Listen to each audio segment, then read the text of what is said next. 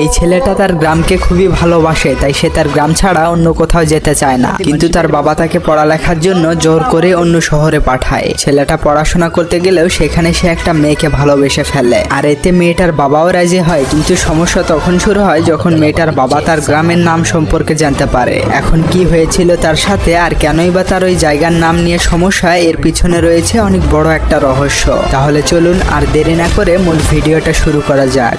গল্পের শুরুতে আমরা একটা ছেলেকে দেখতে পাই। সে প্রতিদিনই একই জায়গায় এসে সাইকেল থেকে পড়ে যেত। সে এবার উঠে স্কুলে আসলে দেখে কেউ তার দিকে তাকিয়ে নেই, তাই সে সবার অ্যাটেনশন পাওয়ার জন্য নিজের রক্ত বের করে ভেতরে আসে। এতে সবাই তার দিকে তাকিয়ে থাকলে সে অনেক খুশি হয়। এটা হচ্ছে আদু ভাই। গ্রামের যেখানেই মারামারি বা ঝামেলা হোক না কেন, সে তার বাইক নিয়ে সেখানেই সেটা দেখতে যেত। এদিকে শো নামের সেই ছেলেটার বন্ধুদের অন্য ছেলেরা মারছিল বলে সে ব্যাগ থেকে সাদা শার্ট বের করে পরে আর সবাইকে মেরে ভাগিয়ে দেয়। কারণ সে সাদা শার্ট পরলে সবাইকে মারতে পারে, এছাড়া কাউকে মারতে পারে না। একদিন সে তার মায়ের সাথে অন্য একটা গ্রামে বিয়েতে গিয়েছিল। সেখানকার বাচ্চারা তাকে ধরে মারলে সে দৌড়ে এসে ব্যাগের মধ্যে সাদা শার্ট খুঁজতে থাকে, কিন্তু সে কোনোভাবেই সেখানে সাদা শার্ট পায় না। তাই সে তার মাকে এসে বলতে থাকে, মা তুমি আমার সাদা শার্ট আনোনি কেন, চলো এখনই বাসায় চলো। তার মা তাকে কোনো মতে বুঝিয়ে চুপ করায়। এজন্য সে বুঝতে পারে নিজের গ্রাম ছেড়ে অন্য গ্রামে গেলে এভাবে বিড়াল হয়ে থাকতে হবে। তাই সে এবার সিদ্ধান্ত নেয় সে তার গ্রাম ছেড়ে অন্য কোথাও আর কোনোদিনও যাবে না।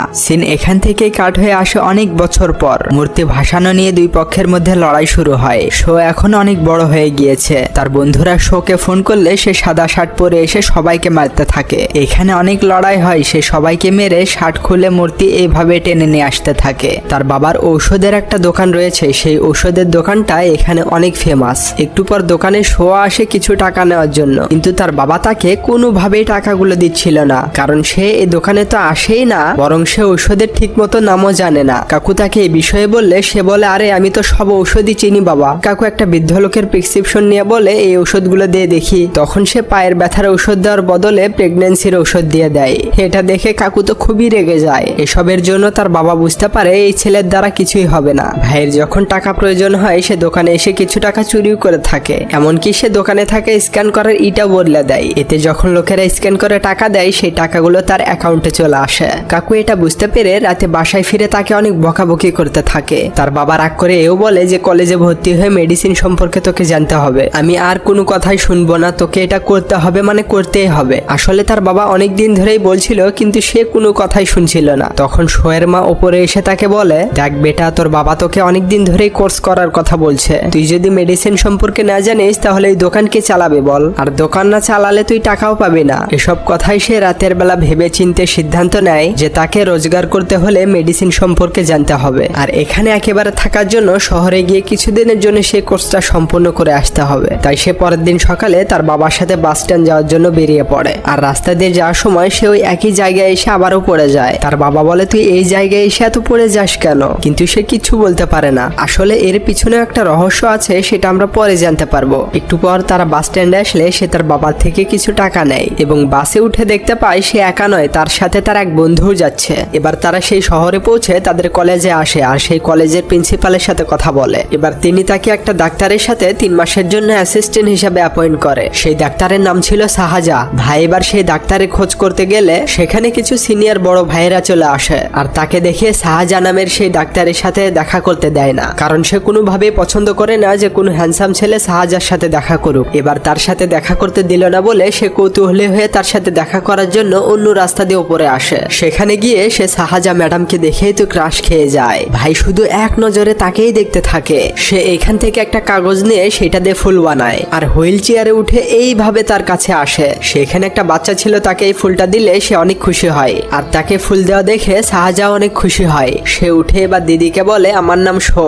এ কথা শুনে দিদি তাকে নিয়ে তার চেম্বারে আসে আর শোকে ঔষধের ব্যাপারে জিজ্ঞাসা করলে দেখে সে তো ঔষধের সম্পর্কে কিছুই জানে না। সে এবার তাকে পরের দিন সকাল সকাল আসতে বলে। রাতের বেলা হোটেলে ফিরে শো শুধু দিদির কথাগুলোই বলতে থাকে। সে কোন রুমে থাকে এটা জানার জন্য নিচে এসে সিকিউরিটি গার্ডের থেকে এটা জানার চেষ্টা করে। তখনই সে সেখানে দিদিকে দেখতে পেয়ে দৌড়ে সেখান থেকে পালিয়ে চলে আসে। পরের দিন সকাল হতেই শো যখন হাসপাতালে আসে, দিদি তাকে জিজ্ঞাসা করে, তুমি কাল রাতে আমাদের হোস্টেলে এসেছিলে কেন? কিন্তু সে এ ব্যাপারে কিছুই বলতে পারে না। দিদি তো সব বুঝতেই পারে যে তার জন্য সে এসেছিল।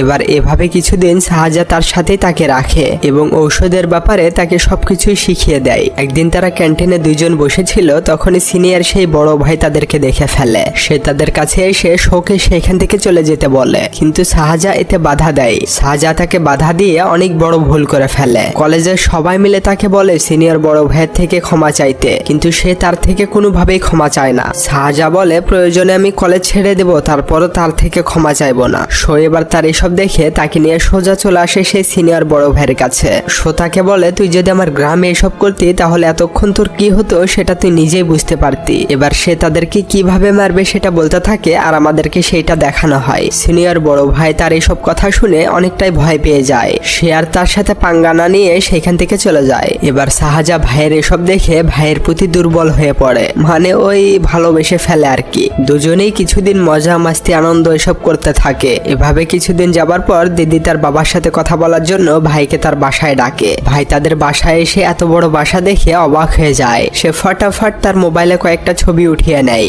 তখনই শাহজার বাবা সেখানে আসলে তারা সেখানে বসে কথা বলতে থাকে। কাকু তাকে জিজ্ঞাসা করে তোমার বাবা কি করে? তখন ভাই বলে মেডিকেল শপ চালায় স্যার। এবার কথা বলার এক পর্যায়ে শাহজা তার বাবাকে ফোন করলে কাকু উঠে গিয়ে তার সাথে কথা বলতে থাকে। ভাই তখন শাহজাকে ফোন করে দেখে তার ফোনে ফোন ঢুকছে না। সে বুঝতে পারে সে তার বাবার সাথেই কথা বলছে। ওদিকে শাহজা তার বাবাকে বলে বাবা ছেলেটা আপনার কেমন লেগেছে? কাকু বলে ছেলেটা ভালোই, খারাপ না, তোমার পছন্দ মানে আমারই পছন্দ। এটা শুনে তো দিদি অনেক খুশি হয়ে যায়। কাকু বলে সে আমার জন্য অপেক্ষা করছে, আমি আসি। এই বলে ফোন রেখে তিনি আবারও এখানে আসে। কাকু বলে তারপর বলো বেটা। শো বলে আর কিছু নয় আঙ্কেল, আমার বাবা মাকে খবর দিয়ে তাড়াতাড়ি বিয়ে ফিক্স করুন, তাহলে আমার গ্রামে উৎসব শুরু হয়ে যাবে, সবাই অবাক হয়ে যাবে। কাকু বলে তো তোমার ফ্যামিলি কোথায় থাকে, মানে তোমাদের গ্রামের নামটা কি? শো বলে আমাদের গ্রামের নাম হচ্ছে রাঙ্গাবালি। রাঙ্গাবালির কথা শুনে কাকু কেমন জানি অবাক হয়ে যায়। কাকু বলে তো তুমি এখানকার নও? ভাই বলে আরে না আঙ্কেল, আমি তো এখানে কোর্স করতে এসেছি। এসব শুনে কাকু টেনশনে পড়ে একটা বিড়ি ধরায় আর তাকেও সিগারেট অফার করলে সে নেয় না। কাকু আবার যখন তাকে বলে এবার সে সিগারেটটা নিয়ে ধরায়। কাকু এবার বলে এই বিয়েটা কখনোই সম্ভব নয়। শো বলে কিন্তু কেন আঙ্কেল, আমার এইটা খাওয়া পছন্দ নয় তো আমি ছেড়ে দেব। তখন কাকু বলে সমস্যা তোমার নয়, সমস্যা আমার। এই বলে কাকু সেখান থেকে চলে গেলে ভাই ধুতি মুতি খুলে সেখান থেকে চলে আসে। শো এবার দিদিকে ফোন করে সবকিছু খুলে বলে। এটা শুনে সে তো অবাক হয়ে যায়। সে বলে আচ্ছা দাঁড়াও, আমি আমার বাবাকে ফোন করছি। সে এবার তার বাবাকে ফোন করে জানতে চায় সে কেন তাকে রিজেক্ট করলো। তখন তিনি বলে আমি সেই ছেলেটাকে বলবো, তুমি কাল সকালে তাকে আসতে বলো। এবার পরের দিন শো এসে আবারও কাকুর সাথে দেখা করে। কাকু তখন তাকে বলে আচ্ছা তুমি তোমার গ্রামকে ভালোবাসো? শো বলে আরে স্যার এটা কেমন প্রশ্ন, সবাই তো তার গ্রামকে খুবই ভালোবাসে। কাকু বলে আচ্ছা গ্রামকে ভাবতেই সর্বপ্রথম তোমার মনে কি আসে? শো বলে গ্রামের নাম স্যার রাঙ্গাবালি। এটা শুনতেই কাকুর হাত থেকে কিউবটা পড়ে যায়। কাকু বলে আচ্ছা তুমি কি এটা জানো সেই রাঙ্গাবালি সেন্টারের নাম কিভাবে এসেছিল? তখন শো বলে হ্যাঁ স্যার, সেটা আমাদের ওইখানকার সবাই জানে, আর এটা খুবই ইন্টারেস্টিং একটা কাহিনী। রাঙ্গা রেড্ডি নামের একটা গুন্ডা ছিল, তাকে দিনে দুপুরে সেখানে মেরে ফেলা হয়েছিল, আর তারপর থেকে সেই জায়গাটার নাম রাঙ্গাবালি হয়ে গিয়েছে। এটা শুনে কাকু বলে তুমি যে লোকটার কথা বলছো জানো সে কে ছিল? তিনি ছিল আমার বাবা। এটা শুনে তো ভাইও অবাক। কাকু কান্না করতে করতে বলতে থাকে আমার বাবাকে মেরে ফেলা হয়েছিল, তিনি যেমনই হোক না কেন তাকে আমি খুবই ভালোবাসতাম। আমার বাবার সাথে এটা হওয়ার পর আমি সব সময় সেই গ্রামে থাকতে চেয়েছিলাম, কিন্তু কোনো না কোনো ভাবেই সেই গ্রামের নাম শুনতে পেলে আমার বাবার কথা মনে পড়ে। তারপরে আমার খুবই খারাপ লাগতে থাকে, সেজন্য আমি সেই গ্রাম থেকে চলে এসেছি। আমি সেই গ্রামটা এই জন্যই ছেড়ে এসেছি যাতে সেই গ্রামের নামটাও আমার কানে না আসে। আর শুধু এই কারণে আমি তোমাকে রিজেক্ট করেছি। ওই সেন্টারটা তোমার জন্য শুধু একটা নাম, আর আমার জন্য সেটা ইমোশন। এবার কাকু সেখান থেকে চলে যাবে, তখনই শো একটা বিড়ি ধরায় আর বলে আচ্ছা আঙ্কেল আমাদের গ্রামের নামটাই তো আপনার সমস্যা। কোনো সমস্যা নেই, আমি সেই রাঙ্গাভালি নামটাই চেঞ্জ করে ফেলবো। আপনি হয়তো আমাকে ঠিকভাবে চেনেন না, কিন্তু আমার গ্রামের লোক আমাকে ঠিকই ভালো মতে চেনে। এবার ওই গ্রামের নামটা বদলিয়েই তারপরে আপনার মেয়েকে বিয়ে করে নিয়ে যাব। এটা বলে শো সেখান থেকে চলে আসে। কাকু তো অবাক হয়ে চেয়ে থাকে। পরের দিন শো বাসে করে তার গ্রামে আসে। সে বাস থেকে নামতে দেখে সবাই শুধু রাঙ্গাবালি নামই বলছে। এখন সে ভাবতে থাকে এই জায়গাটার নাম কিভাবে পরিবর্তন করা যায়। সে রাতের বেলা তার বন্ধুদেরকে নিয়ে সেই সেন্টারের সামনে আসে আর তাদের সাথে পরামর্শ করতে থাকে কিভাবে জায়গাটার নাম চেঞ্জ করা যায়। তার এক বন্ধু বলে আচ্ছা শোন, রাঙ্গাভালিকে এখানে মেরেছিল বলে জায়গাটার নাম হয়েছে রাঙ্গাভালি। এখন আমাদের এখানে এর থেকেও বড় একটা কিছু করতে হবে যাতে লোকেরা সেই নামটা চেঞ্জ করে আমাদের দেওয়া নামটা রাখে। এবার সবাই মিলে প্ল্যান করে সেখানে তারা একটা বোম ফাটাবে। যা ভাবা তাই কাজ। পরের দিন রাতে তারা একটা বোমা বানিয়ে সেখানে নিয়ে আসে, কিন্তু সবার শেষে শোয়ের বাবা দোকান বন্ধ করে বাসায় যায়। তাই তারা তার বাবার দোকান বন্ধ করার অপেক্ষা করতে থাকে। তখনই তাদের তাদের এখানে একটা মালখোর বেউড়া আসে। সে বলে, আব্বে কুদুর উপরে মোবাইল রেখেছিস কেন? এই বলে সে বোমার রিমোটে চাপ দিলে সেই বোমাটা অন হয়ে যায়। ওদিকে শোয়ের বাবাও দোকানটা বন্ধ করছে না। এরা এখন কি করবে? একটু পরে দেখে কাকু দোকানটা বন্ধ করে চলে যাচ্ছে। তখন এরা দৌড়ে এসে সেই বোমাটা সেন্টারে রেখে চলে যায়। এবার সেইখানে বোমাটা ব্লাস্ট হলে পরের দিন সেই নিউজটা টিভিতে দেখানো হতে থাকে। সেই নিউজটা আবার কাকু এখান থেকে টিভিতে দেখতে পায়। এবার আমাদের ভিলেনের এন্ট্রি হয়, তার নাম পরশুরাম। সে এখানকার অনেক বড় একটা নেতা। সেও ফোনের মধ্যে সেই নিউজটা দেখতে পায় আর তার লোককে সেই নিউজটা যাতে প্রচার না করে সেই ব্যবস্থা করতে বলে। তার লোকেরা সেই নিউজ চ্যানেলে গিয়ে সেটা বন্ধ করে দেয়। এদিকে কাকু তার মেয়েকে বলে, সো যদি এখানে এসে থাকে তাহলে আমি তোমার সাথে তার বিয়ে দেব, আর তা না হলে তাকে পুরোপুরি ভুলে যাও। এই কথা শুনে দিদি এবার শোকে ফোন করে আর তাকে অনেক কথা শোনায়। বলে, তুমি যদি আমার সাথে থাকতে চাও তাহলে তোমাকে এখানে আসতেই হবে। এই বলে সে ফোন কেটে দিলে ভাই তো টেনশন করতে থাকে সে এখন কি করবে। এবার শো তার বন্ধুদেরকে নিয়ে আবারও বসে পরামর্শ করতে থাকে। সে বলে, এবার আমরা সেই ফাঁকা জায়গাটাতে একটা ঘোড়ার মূর্তি বসাবো। শুধু তাই নয়, সেখানে যাতে গ্রামের সকল লোকজন আসে সেই ব্যবস্থাও করা হবে। এখন গ্রামের লোকজনকে সবাইকে একত্রিত করতে হলে এখন কি করতে হবে? একজন পলিটিশিয়ানকে গেস্ট হিসাবে আনতে হবে। তাই তারা এবার পরশুরাম নামের সেই নেতার কাছে আসে। সেই নেতাও শোকে আগে থেকেই চিনত। সেখানে যেতেই তিনি তাকে দেখে অনেক খুশি হয় এবং তাকে নিয়ে ভিতরে আসে। শো বলে, ভাই আপনার থেকে একটা সাহায্য নিতে আসলাম। আমরা সবাই মিলে সেন্টারে একটা ফাংশনের আয়োজন করেছি। সেখানে বাস প্রধান অতিথি হিসেবে শুধু আপনাকে আসতে হবে। পরশুরাম বলে, অবশ্যই আসবো, তুই বলবি আর আমি আসবো না, এটা কি হয়? তুই যা গিয়ে আয়োজনের ব্যবস্থা কর। এবার সেই দিন চলে আসলে তারা খুব বড় সড়ো করে ফাংশনের আয়োজন করে। সেই সেন্টারে বসানোর জন্য সেখানে ঘোড়ার মূর্তিটাও আনা হয়। তখনই সেখানে পরশুরাম গাড়িতে করে আসে। সেখানে অনেকগুলো পোস্টার দেখে এবং ঘোড়ার মূর্তিটা দেখে বুঝতে পারে ঘোড়ার মূর্তিটা সেই সেন্টারে রাখা হবে। তাই সে তার লোককে বলে, 2 মিনিট সময় দিচ্ছে তোদের, এখনই এই জায়গাটা খালি কর, একজন লোকও যেন এখানে না থাকে। তো তারা এবার তাই করে। সেখানে থাকা লোকজনেরা হঠাৎই পালিয়ে যেতে থাকে বলে শো এসব দেখে কিছুই বুঝতে পারছিল না। একটু পর যখন সবাই চলে যায় তখন পরশুরাম তার কাছে আসে। সে বলে, এখানে কি হচ্ছে? এই ফাংশন কিসের জন্য করেছো?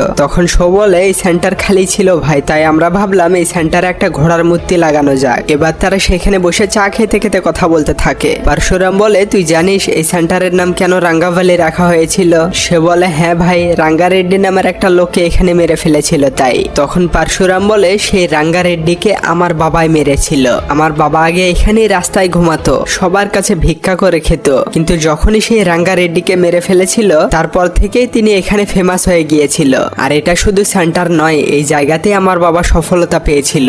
এই সেন্টার যতদিন থাকবে ততদিনই আমাদের নাম থাকবে, আর সেইখানে যদি তুই তোর ঘোড়া গাধা আনিস তাহলে আমি সেটা কিভাবে মেনে নেব? তখনই তার সেই ঘোড়ার মূর্তিটা জ্বালিয়ে দেওয়া হয়। পরশুরাম তাকে বলছিল, সে শুধু কথাগুলো শুনে যাচ্ছিল। যাওয়ার সময় সে বলে, এই সেন্টারে আর কখনো নাক গলাতে আসিস না, তাহলে কিন্তু নিজের অস্তিত্ব খুঁজে পাবি না। এই বলে সে সেইখান থেকে চলে যায়। রাতের বেলা সে এইসব বিষয় নিয়ে তার বন্ধুদের সাথে রেগে মেগে বসেছিল। সেইখানে সে মাল ঢেলে আগুন জ্বালিয়ে দেয়। তখন ওদিক থেকে পরশুরামের লোক তাকে ফোন করে আর তাকে বলে, কি রে শো, আর যা কিছু হয়েছে সব ভুলে যা, আর ভাইও তোকে ক্ষমা করে দেবে। এটা শুনে সে বলে, সে আমাকে কেন ক্ষমা করবে বে? তার মনে হয় কোথাও ভুল হচ্ছে। সে মনে করে সেই সেন্টার তার বাবার। আমি কি আর কাউকে চিনি না? যদি অপোজিট পার্টিকে খবর দিতাম তাহলে সবাই এতক্ষণ চলে আসতো। তোর ভাইকে বলে দে আমি সেই জায়গাটার নাম পরিবর্তন করবই, এতে সে আমার কি ছিঁড়তে পারে ছিঁড়ে দেখাক। এটা বলে সে ফোনটা রেখে দিলে পরশুরাম এসব শুনে তো খুবই রেগে যায়। পরের দিন সকালে শোয়ের বাবার দোকানে কয়েকজন লোক এসে চিল্লাপাল্লা করতে থাকে। সেই লোকগুলো দাবি করতে থাকে শোয়ের বাবা এক্সপায়ার ডেট ওষুধগুলো তাদেরকে দিয়েছিল। তখনই সেখানে শো চলে আসে আর তার বাবাকে এই অবস্থায় দেখতে পায়। তার তো খুবই খারাপ লাগে। সে জলদি গিয়ে তার বাবাকে উঠায়। সেই লোকটা তার বাবাকে মারতেই আসবে তখনই সে সামনে দাঁড়ায়। তার বাবা তাকে ঝামেলা করতে নিষেধ করে। তখন কাকু লক্ষ্য করে সেখানকার লোকজনেরা সবাই তার ব্যাপারে খারাপ মন্তব্য করছে। আসলে তাদের এই দোকানটা খুবই বিশ্বাস্ত দোকান ছিল। লোকজনেরা সবাই তাকে অনেক ভরসা করত, আর আজ সেই ভরসাটা লোকেদের মধ্যে থেকে উঠে গিয়েছে।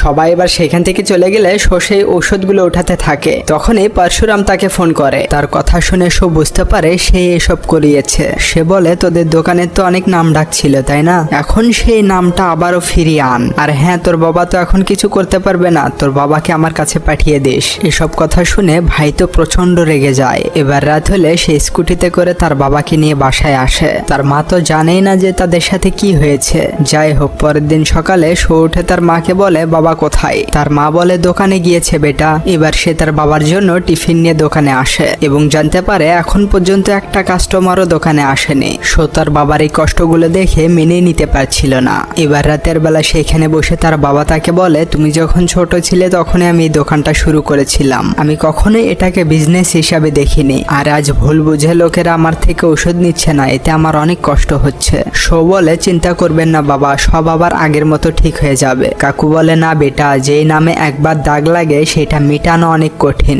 এর থেকে ভালো হবে তুমি ওই শহরেই ফিরে যাও এবং সেখানে সেটেল হওয়ার চেষ্টা করো। এসব শুনে সো এখন কি করবে কিছুতেই বুঝতে পারছিল না। সে এবার চলে আসে তার বন্ধুদের কাছে। সে বলে, আমার বাবা সেই দোকানটাকে খুবই ভালোবাসে আর আমি এসে সবকিছু খারাপ করে দিয়েছি। ভাইয়ের এমনিতে এখন মন খারাপ। ওদিক থেকে তখনই শাহজাদ তাকে ফোন করে। শাহজাদ তাকে কথা শোনালে উল্টো সে রাগ করে ফোন ফেলে দেয় আর বলে, রাঙ্গারেড্ডি, এই একটা নাম আমার জীবন খারাপ করে দিয়েছে। কে এই রাঙ্গারেড্ডি? তখনই এদিক থেকে একটা লোক বলে, রাঙ্গারেড্ডি সম্পর্কে জানতে চাও? তাহলে অমুক জায়গায় যেতে হবে। এবার তারা ঠিকানা নিয়ে সেই জায়গায় একটা লোকের সাথে দেখা করতে আসে। সে যখন সেই লোকটার থেকে রাঙ্গারেড্ডি সম্পর্কে জানতে চায়, সেই লোকটা তো অবাক হয়ে যায়। এবার লোকটা যখন তাকে রাঙ্গারেড্ডি সম্পর্কে বলতে থাকে তখন সেগুলো আমাদেরকে ফ্ল্যাশব্যাকে দেখানো হয়। রাঙ্গারেড্ডি হলো একজন মহান লোক, যিনি সবসময় গরিব দুঃখীদের পাশে দাঁড়িয়েছে। তিনি উপরওয়ালাকে ছাড়া আর কাউকে ভয় পেত না, তাকে দেখে সবাই ভয় পেত, কারণ তিনি ছিল অনেক সাহসী। একদিন গ্রামের লোকজনেরা তার কাছে আসে,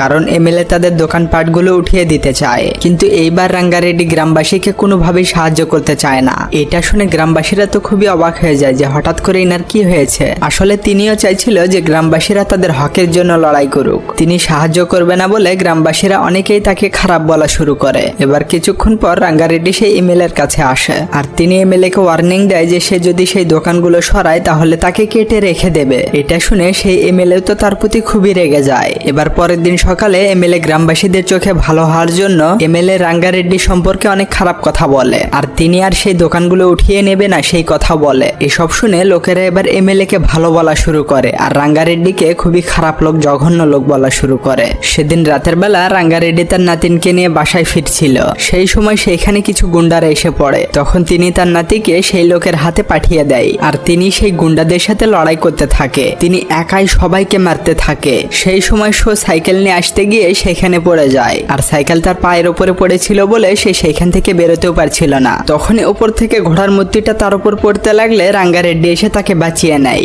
এই সুযোগে গুন্ডারা তার উপর ছুরি দিয়ে আঘাত করে। এতে রাঙ্গারেড্ডি সেখানে অনেকটাই কাবু হয়ে পড়ে। গুন্ডারা এবার রাঙ্গারেড্ডির মাথা কেটে ফেললে সে সেইখানে মৃত্যুবরণ করে আর তারপর থেকে সেই জায়গাটার নাম রাঙ্গাভালি রাখা হয়েছিল।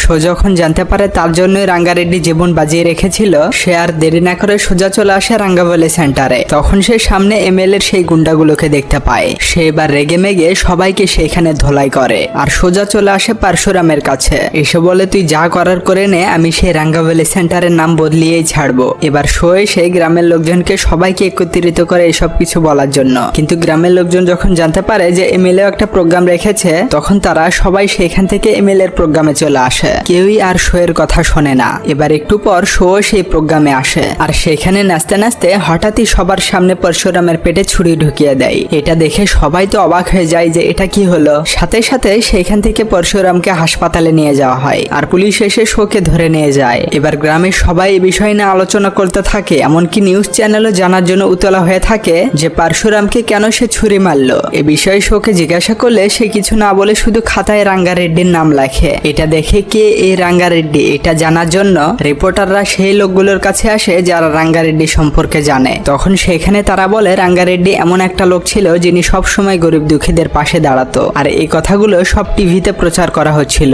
এরপর তো পুরো গেম চেঞ্জ হয়, এমনকি পরশুরামের খাস লোক সেও তার বিরুদ্ধে কথা বলা শুরু করে। এবার শো সবার উদ্দেশ্যে বলতে থাকে, যে লোক এত গরিব দুঃখীদের জন্য কাজ করেছে রাঙ্গাভালি, এখন আমরা সেই সেন্টারের নাম রাঙ্গাভালি না রেখে রাঙ্গা ভালো রাখি, কারণ তিনি আমাদের জন্য সবসময় ভালো কাজ করে গিয়েছে। শোয়ের এই কথাগুলো শুনে গ্রামের লোকজনের মধ্যে অনেকটাই পরিবর্তন লক্ষ্য করা যায়। এখন যেই লোক অন্যের ঝগড়া দেখার জন্য বাইক নিয়ে যেত, সেই লোকও তার বাইকটা জ্বালিয়ে দেয়, মানে তিনি একেবারে ভালো হয়ে গেল। এরপর পরশুরামকে পুলিশ ধরে নিয়ে যায়। এর কিছুদিন পর শাহজাদ যখন তার বাবাকে নিয়ে সেখানে আসে, কাকু দেখে সেই গ্রামের নামটা পরিবর্তন করে অন্য একটা নাম রাখা হয়েছে। এমনকি এখন সেখানকার লোকেরা রাঙ্গারেড্ডি সম্পর্কে ভালো কথা বলে। এসব শুনে কাকু সিদ্ধান্ত নেয় সে এই গ্রামে একেবারে থেকে যাবে। আর এটা দেখিয়ে মুভিটা এখানেই শেষ হয়। তো ভিডিওতে লাইক করে গল্পটা কেমন লাগলো কমেন্টে জানাতে ভুলবেন না। আর এমনই সব ভিডিও পেতে আমাদের চ্যানেলটা সাবস্ক্রাইব সাবস্ক্রাইব করে পাশে রাখা বেল আইকনটি অল করে রাখুন। এতক্ষণ আমার সাথে থাকার জন্য আপনাকে অসংখ্য ধন্যবাদ।